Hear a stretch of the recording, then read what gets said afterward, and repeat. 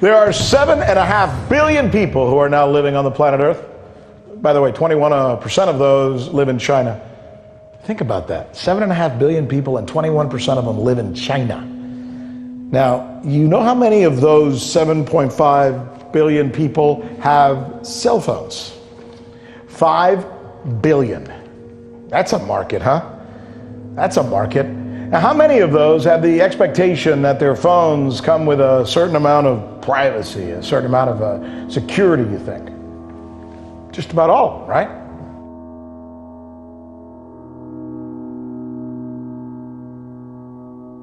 It looks like a naval radar scanning for enemy ships. The Deadbeat map is an add-on to the Chinese social media platform WeChat. It allows users to pinpoint the location of those who have failed to pay their debts within a 500-meter radius. This naming and shaming app essentially is China's latest tool to monitor the behavior of its citizens and to pretty much distinguish between those who are trustworthy and those who are disobedient. It's pretty terrifying. Tell us more about this app. Well, as you mentioned, this is part of China's social credit system, which is reportedly going to be mandatory by 2020.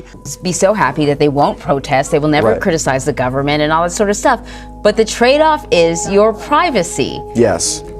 You know, maybe that's a gamble that's worth it. Maybe people really don't appreciate their privacy all that much. I mean, look at us here, right? Yeah. We've been handing over our privacy to private companies for years now. So, I mean, is that likely to work? Do people not care that much about their privacy? Well, listen, if people here are willing to hand over all of our privacy, much of our privacy, in exchange for commercial and material efficiency, what's to say that 1.4 billion people in China wouldn't give over their privacy for governing efficiency? So when we talk about how China is trying to become an AI superpower in the 21st century, that's about controlling an industry that has global implications.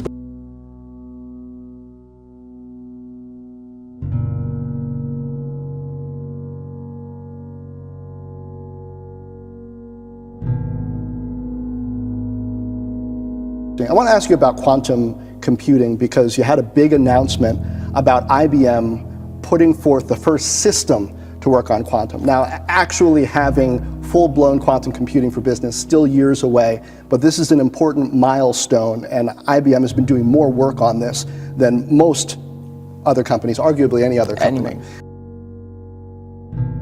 It's not just that knowledge is growing, but it's begun to grow at a rate unparalleled in the history of the world. So that knowledge doubles once every 100 years until 1950 or World War II, well, knowledge began to double every 25 years. And then today we say the doubling of knowledge in the world happens every 13 months. But if you think that's a lot to swallow, the greatest challenge that we face today with this increase of knowledge and information is how to manage and use an ever-sized mountain of data. Now tell us, what is quantum computing? Well, very few people know that we are reaching the point where we can no longer make faster computers using the technology that we're using today. This year, IBM began to help us take that first step in producing the first commercially viable quantum computer. Now, what is a quantum computer? Well, I don't know what's going to cost. They just profiled it just about a month ago, and it's an amazing 20 by 20 box. But the fact is, it's going to be probably in the range of billions of dollars. But the value of this piece of equipment, which is so necessary, is its ability to basically atomically process information rather than rely upon silicon chip-based computers. Guys, what will quantum computing help us do that we cannot do today?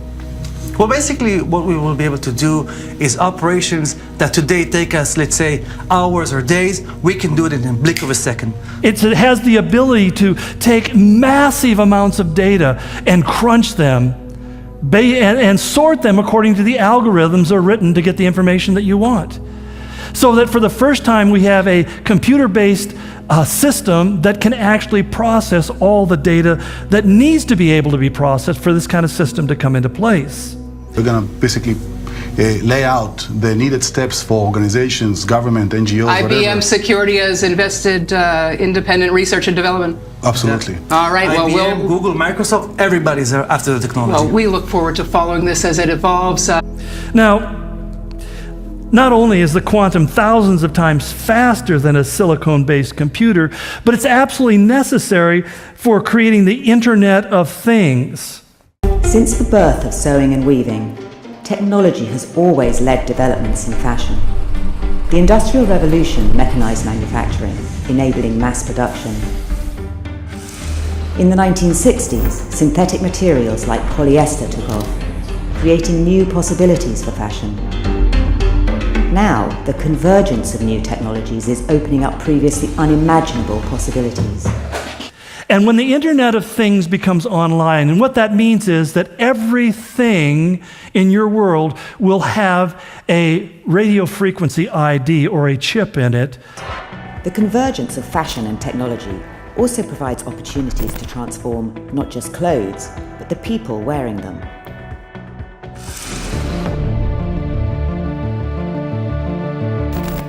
Myant is a company that's pioneering the creation of clothing that can monitor your every move. We call it textile computing. Some other people call it smart fabric. I mean, we're talking about every piece of clothing you're wearing will have a small chip in it, so that if we find a shirt on the street, we can, just like some people brought my dog back once. I thought that was the worst thing I ever did, is put a chip in that thing. But put the... Run, Forrest, run! Anyway. But it's hard for us to imagine, but everything will have these very inexpensive chips put in them so that the manufacturer, the owner, and everything, the time of bought, everything about it will be known and will be traceable. Essentially, it's an interactive fabric that could sense data from you. So-called smart fabrics are being touted as the next frontier of wearable technology.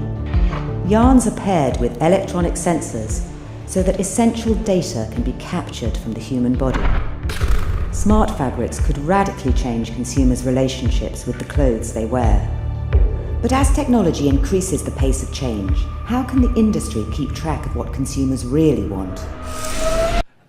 But when this comes online, you know what they say? That the rate of knowledge increase will double every 12 hours. We are just seeing a pace of change which is frightening, but it's also incredibly exciting for the future of fashion. To keep up, the industry is also turning to technology. We are for sure in the midst of a digital revolution. AI, the idea of kind of machine learning and big data.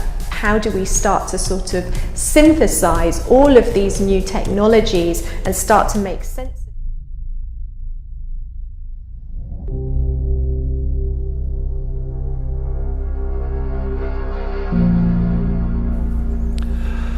All of this is leading to the development of far more complex algorithms. And basically, what an algorithm does is it places a value on certain pieces of information and discards the things that aren't value.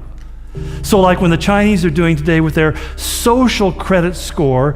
I mean, we're pointing to China, but here too there's a sort of Black Mirror effect. We all have a financial credit score, and more we're asked to grade, you know, our Uber drivers, but also our Airbnb hosts. So it is something essentially that's coming into our society slowly but surely. And here the state is already using data in an effort to control the behavior of its citizens. Journalist Leo Hu is barred from some hotels. He can't buy property. He can't even take a high-speed train. 你进入黑名单了，你必须要这个履行法院判决，不然的话你就会这个给你生活造成很多困扰，是吧？没人跟我说，从来没有说过。 The government here is building a social credit system using individuals' data. The Chinese government wants this social credit system to monitor the trustworthiness of its 1.4 billion citizens and to monitor their compliance with social norms and rules. This could eventually include close surveillance of their activities, both online and in the wider world. In Western democracies, checks and balances could prevent the kind of exploitation some in China are already facing. But will they? I think it's interesting that the Chinese people care more about safety than freedom. And essentially throughout history, people have over and over again given up their freedom in order to feel more safe. It's part of the secret of the Nazis in Europe. This is the kind of thing that guys like Stalin and Hitler would have, sold everyone's firstborn child to have. Because its ability to absolutely control, absolute surveillance 24/7. And so people sit back, how in the world can the Antichrist control the world economy? It's very simple. When you realize that India requires 1.3 billion people to have biometric cards in order to engage in the system. They cannot buy or sell or travel or anything else without having their card. And you realize on the other end, you've got China with 1.2 billion people. We're getting close to half the world's population is already part of this kind of surveillance system. And it's reaching all over. Somebody just sent me an article the other day where Venezuela now is working with ZTE, one of these Chinese companies developing this technology, because Maduro in Venezuela would like to have that kind of control over his population. Basically, without the biometric card, you can't buy or sell in Venezuela. It's happening all around us, and we have it. We just don't have a despotic government. Well, maybe I should rethink that. We don't have the same level of despotism in our country that exists in other countries. But if the history of the world is true, and it always tends to be, it's just a matter of time. We've never had a weapon that we haven't used. We've never had a technology that we haven't used. And we've used them for good things, and we've used them for some nefarious things. And it's coming. With the help of artificial intelligence, engineers have created a system that translates thoughts into actual speech. Now, the advancement is giving new hope to people who have lost their ability to speak.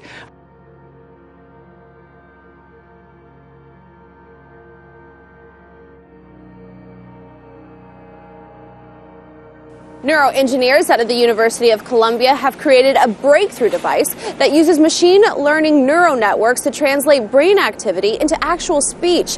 Many are saying this could be life-changing. And in fact, again, I'm not just pulling this out of conjecture. A recent article by the Australian Broadband that basically they have a news magazine, they talk about technology.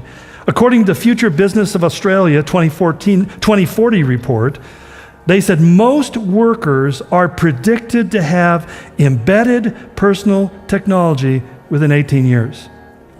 But they go on and say many activities may even be possible simply through mind control.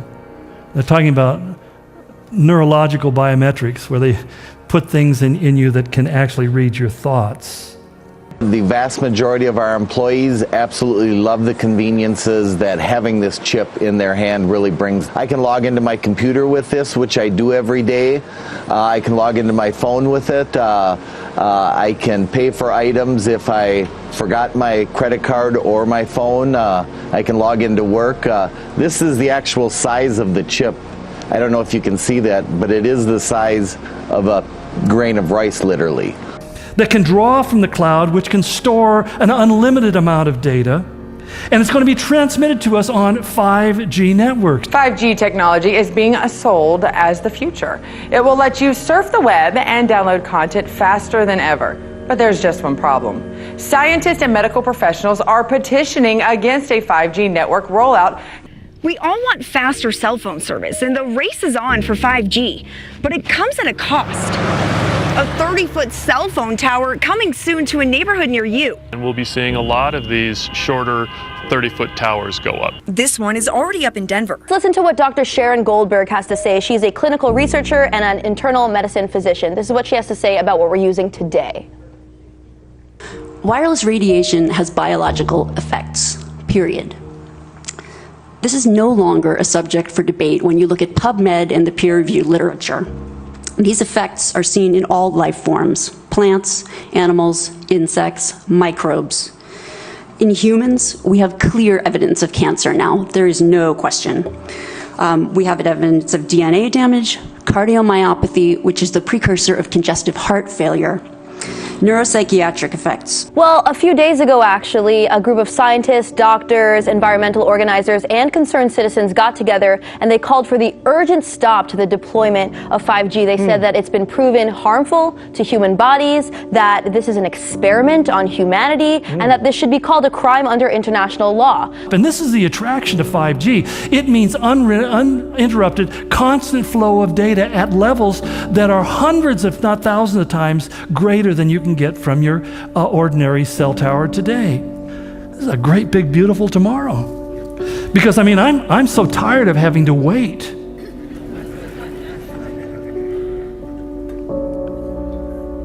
But the final replacement is going to happen when we fully go away from hard currency to digital currency. Is Canada going cashless? Some interesting data points in a survey in today's Globe and Mail about the number of Canadians choosing to just use plastic or contactless payments through mobile apps. 63%, they never carry cash. Do you know, only 8% of currency actually exists in a physical form. 92 to 93% of all currency is digital already. But you see, this requires digital devices. And currently, today, there are 10 billion with a B, 10 billion digital devices on planet Earth. Wow, impressive.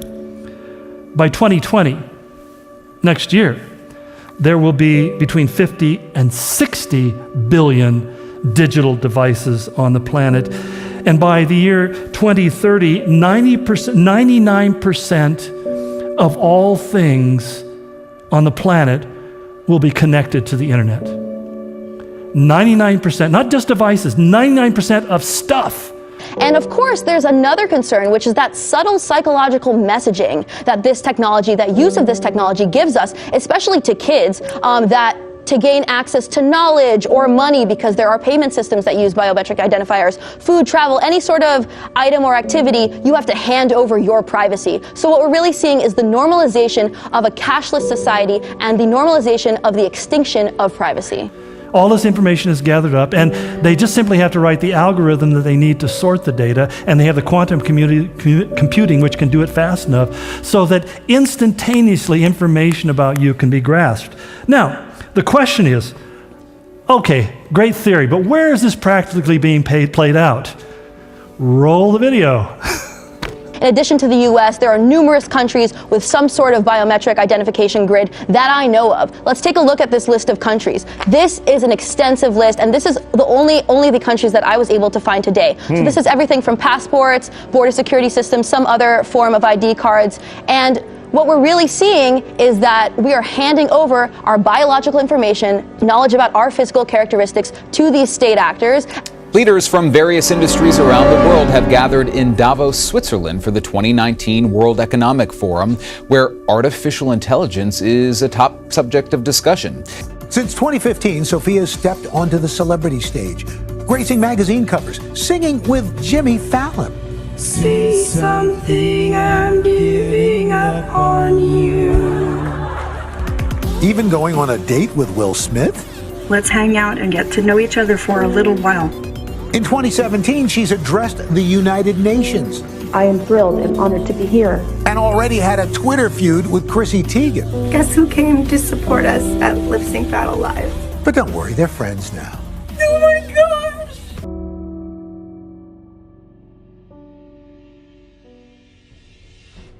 But importantly, I think, along these same lines is, there's never been another point in human history that we can look at where the literal fulfillment of these things could actually take place.